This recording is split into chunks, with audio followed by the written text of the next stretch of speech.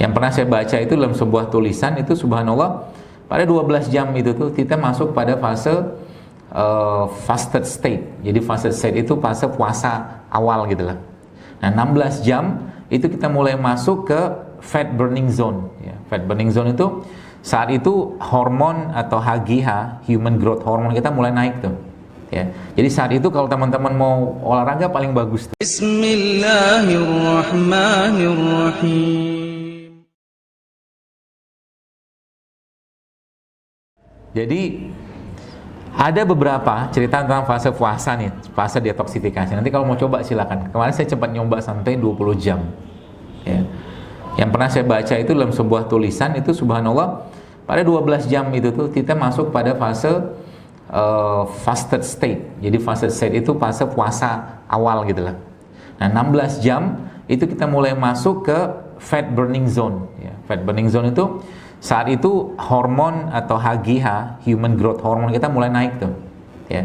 Jadi saat itu kalau teman-teman mau olahraga paling bagus tuh. Jadi nanti kalau Anda yang mau olahraga waktu bulan Ramadan atau bulan lagi puasa, itu olahragalah menjelang-jelang berbuka. Itu saat yang paling baik untuk memunculkan growth hormonnya ya. Exercise yang dilakukan saat puasa itu sangat baik.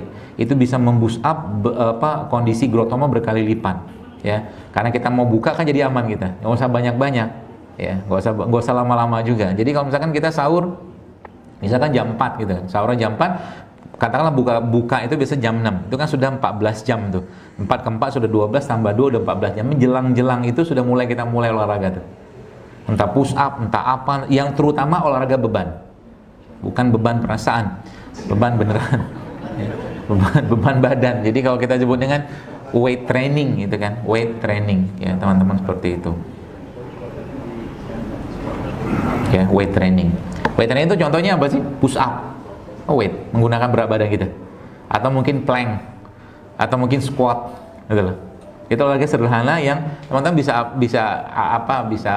download itu di Apple Store atau Play Store gitu, banyak sih. Itu 7-minute workout, itu akan membentuk massa otot. Jadi olahraga saat puasa itu luar biasa. Kemudian masuk ke 18 jam.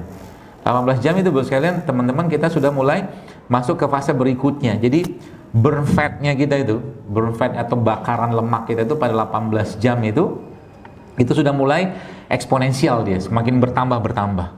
Makanya kalau sudah pernah nyobain kayak begini, Anda atau kita nggak perlu banyak-banyak makan. Saya kemarin sempat nyoba sampai 20 jam. 20 jam nggak makan dengan kondisi aktivitas, tapi minum aja.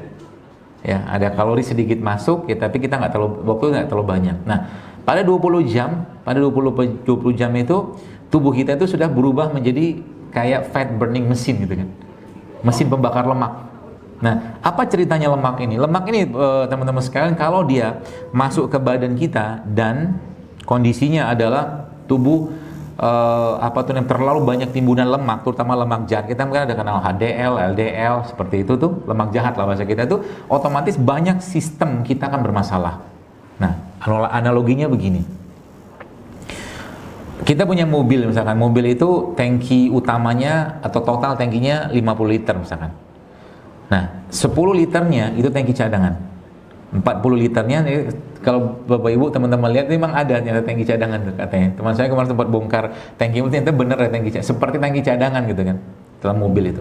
Nah, 50 liter totalnya. Nah, pertanyaannya bagaimana kita bisa mengakses ya, atau bagaimana kita bisa menggunakan tangki cadangan tadi? Catatannya apa? Misalkan Anda dari sini mau ke Sukabumi misalkan.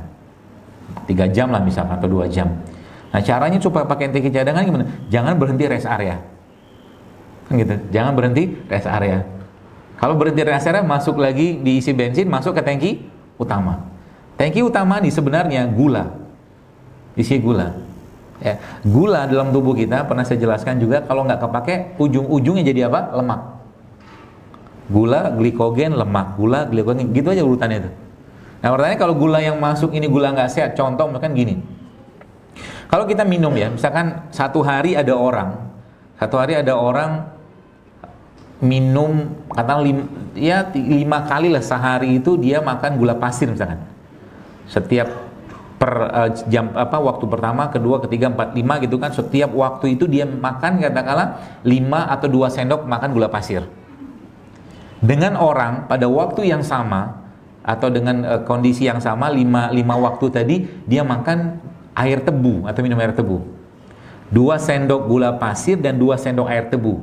Kenapa saya ngambil ilustrasi gula tebu atau air tebu? Karena gula pasir kan asal gula tebu, dari tebu kan, tapi beda nasib nih kalau orang makan.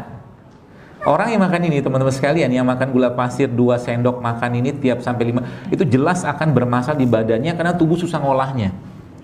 Kenapa? Karena isinya gula tok, sedangkan air tebu itu kan bukan hanya gula isinya.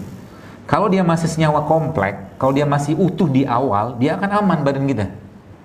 Itu kenapa banyak orang habis makan, misalkan makan nasi gitu kan, dengan berbagai macam lauknya ngantuk, terutama nasi-nasi yang tinggi dengan gula, karena tubuh susah ngolahnya. Setiap pengolahan makanan-makanan atau mungkin sesuatu yang masuk ke badan kita, kalau dia katakanlah tubuh katakanlah capek ngolahnya, itu berat, kemungkinan besar itu gula, kemungkinan